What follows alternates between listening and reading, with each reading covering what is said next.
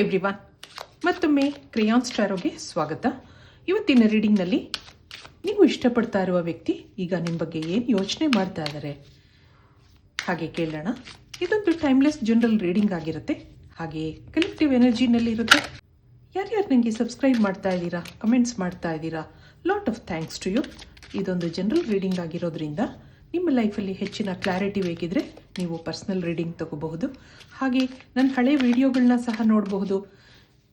ಇದು ಟೈಮ್ಲೆಸ್ ಆಗಿರುತ್ತೆ, ನೀವು ಯಾವಾಗ ನೋಡಿದ್ರೂ ಅನ್ವಯಿಸುತ್ತೆ. ಯಾರನ್ನೂ ನೀವು ಇಷ್ಟಪಟ್ಟಿದ್ದೀರಾ, ನಿಮ್ಮ ಮನಸ್ಸಲ್ಲಿ ಯಾವಾಗಲೂ ಅವ್ರ ಯೋಚನೆಗಳು ಬರ್ತಾ ಇರುತ್ತೆ, ಅವ್ರ ನೆನಪುಗಳಿರುತ್ತೆ. ಈ ದಿನ ಅವ್ರು ನಿಮ್ಮ ಬಗ್ಗೆ ಏನು ಯೋಚನೆ ಮಾಡ್ತಾ ಇದ್ದಾರೆ ಹಾಗೆ ನೀವು ಅನ್ಕೋತಾ ಇದ್ರೆ ನಿಮಗೋಸ್ಕರ ಈ ರೀಡಿಂಗ್ ಅಂತೀನಿ. ಈಗ ಏನು ಬರುತ್ತೆ ನೋಡೋಣ. ಏನು ಮೆಸೇಜ್ ಇದೆ, ಏನು ಯೋಚನೆ ಮಾಡ್ತಾ ಇದ್ದಾರೆ. ವ್ಯಾನಿಟಿ, ಏನೋ ಈಗೋ ಇದೆ. ಪರ್ಸರ್ವೆನ್ಸ್, ಇನ್ನೇನು ಬರುತ್ತೆ ನೋಡೋಣ. ಇಂಪೇಷನ್ಸ್, ಮತ್ತೊಂದು ರಿಕವರಿ. ಈ ಕನೆಕ್ಷನಲ್ಲಿ ಹಿಂದೆ ಏನೇನೋ ಮಿಸ್ಅಂಡರ್ಸ್ಟ್ಯಾಂಡಿಂಗ್ಸ್ ಇತ್ತು. ಸ್ವಲ್ಪ ದಿನದ ಗ್ಯಾಪ್ ನಂತರ ಮತ್ತೆ ನೀವು ಭೇಟಿಯಾಗಿದ್ದೀರಾ. ಅಲ್ಲಿ ಮೊದಲಿನ ಆತ್ಮೀಯತೆ ಇಲ್ದಿದ್ರೂ ಏನೋ ಇಬ್ಬರು ಮಾತಾಡ್ತಾ ಇದ್ದೀರಾ, ಎಷ್ಟೋ ಅಷ್ಟು ಮಾತು. ಆದರೆ ಇದು ಮುಂದೆ ಏನಾಗುತ್ತೆ ಅನ್ನೋ ಕನ್ಫ್ಯೂಷನಲ್ಲಿದ್ದೀರಾ ನೀವು. ಈ ದಿನ ಅವರು ನಿಮ್ಮ ಬಗ್ಗೆ ಯೋಚನೆ ಮಾಡ್ತಾ ಇದ್ದಾರೆ. ಅದೇನು ಅಂತ ಕೇಳೋಣ. ತುಂಬ ದಿನದ ನಂತರ ನೀವಿಬ್ಬರು ಕನೆಕ್ಟ್ ಆಗಿದ್ದೀರಾ ಅಂತ ಅನ್ನಿಸ್ತಾ ಇದೆ ಇಲ್ಲಿ.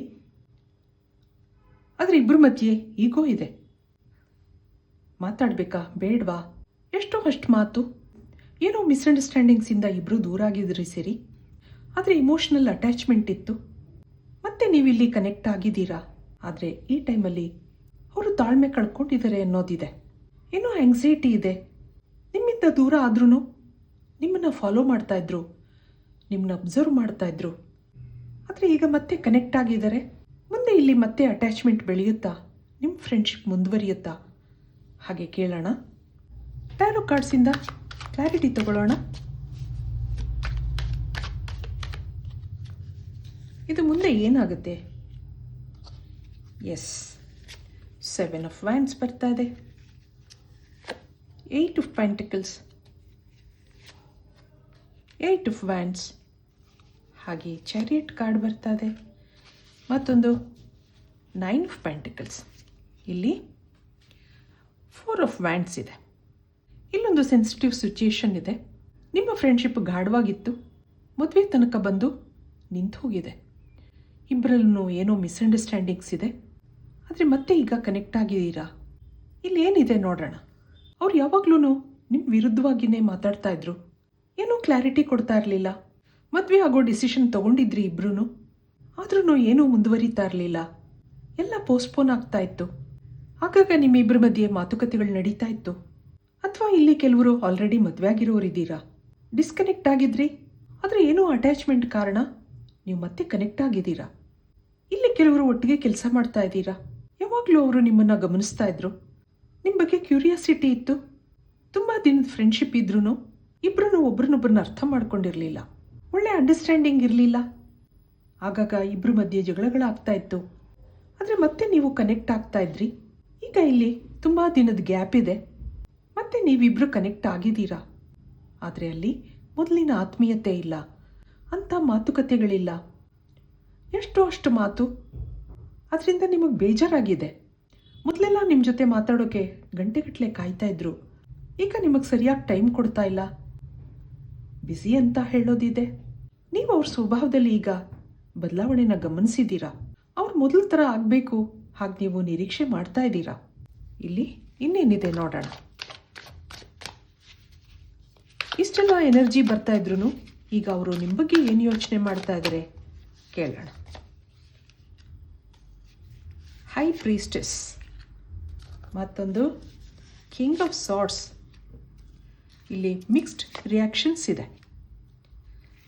10 ಆಫ್ ಕಪ್ಸ್ ಇದೆ, ಮತ್ತೊಂದು 9 ಆಫ್ ಕಪ್ಸ್. ಇಲ್ಲೊಂದು ಕ್ವೀನ್ ಆಫ್ ವ್ಯಾಂಡ್ಸ್ ಬರ್ತಾ ಇದೆ. ಮಿಕ್ಸ್ಡ್ ರಿಯಾಕ್ಷನ್ಸ್ ಅಂದಾಗ ನೀವು ಇಷ್ಟ ಇದ್ದೀರಾ, ಆದರೆ ಯಾಕೋ ಏನೋ ಅಲ್ಲಿ ನೆಗೆಟಿವ್ ಥಾಟ್ಸ್ ಇದೆ. ಹಿಂದೇನೋ ಅವ್ರ ಭಾವನೆಗಳನ್ನ ನಿಮ್ಮ ಹತ್ರ ಅಷ್ಟೊಂದು ಶೇರ್ ಮಾಡ್ಕೋತಾ ಇರಲಿಲ್ಲ. ಇವರೊಂದು ಇಂಟ್ರೋವರ್ಟ್ ಪರ್ಸನ್ ಅನ್ನಿಸ್ತಾ ಇದೆ. ಮನಸ್ಸಲ್ಲಿರೋ ಭಾವನೆಗಳನ್ನ ಅಷ್ಟೊಂದು ಸುಲಭವಾಗಿ ಆಚೆ ಬಿಟ್ಕೊಡಲ್ಲ. ನಿಮ್ಮ ಮೇಲೆ ಎಷ್ಟು ಕೇರಿಂಗ್ ಭಾವನೆ ಇತ್ತೋ ಅಷ್ಟೇ ಆಗಾಗ ಸಿಟ್ಟು ಮಾಡ್ಕೋತಾ ಇದ್ರು. ನಿಮ್ಮನ್ನು ಕಂಟ್ರೋಲ್ ಮಾಡೋದಿತ್ತು.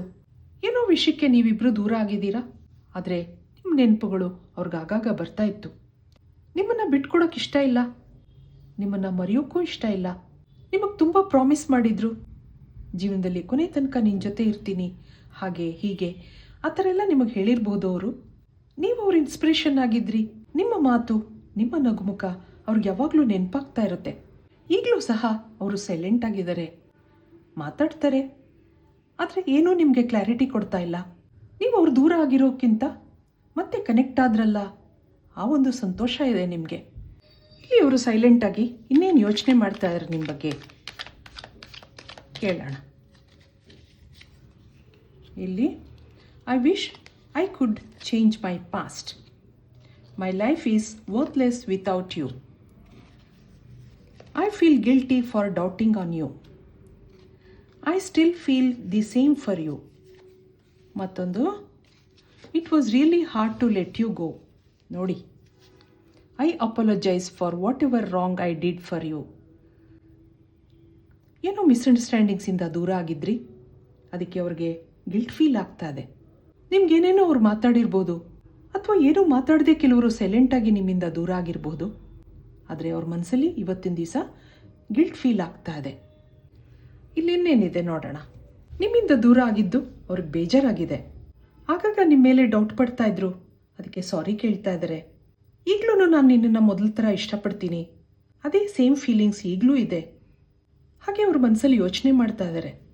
ಆದರೆ ನಿಮ್ಮನ್ನು ಬಿಟ್ಕೊಡೋಕೆ ಕಷ್ಟ ಆಗಿರೋದ್ರಿಂದ, ನಿಮ್ಮನ್ನು ಮರೆಯೋಕೆ ಕಷ್ಟ ಆಗಿರೋದ್ರಿಂದ ಮತ್ತೆ ನಿಮ್ಮನ್ನು ಮಾತಾಡಿಸ್ಬೇಕು ಹಾಗನ್ನಿಸ್ತಾ ಇದೆ ಅವ್ರಿಗೆ. ನಿಮಗೆ ಸಾರಿ ಕೇಳಬೇಕು ಅಂತ ಅನ್ಕೋತಾ ಇದ್ದಾರೆ.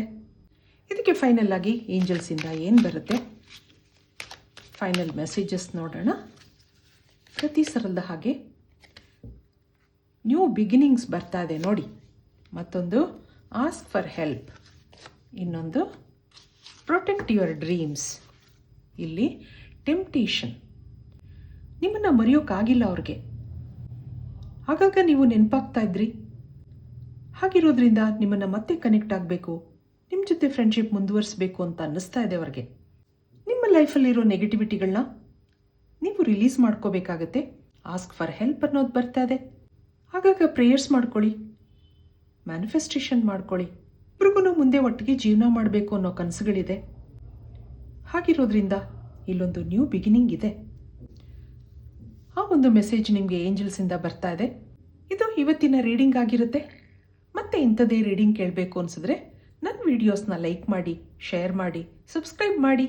Thank you for watching. Be happy always.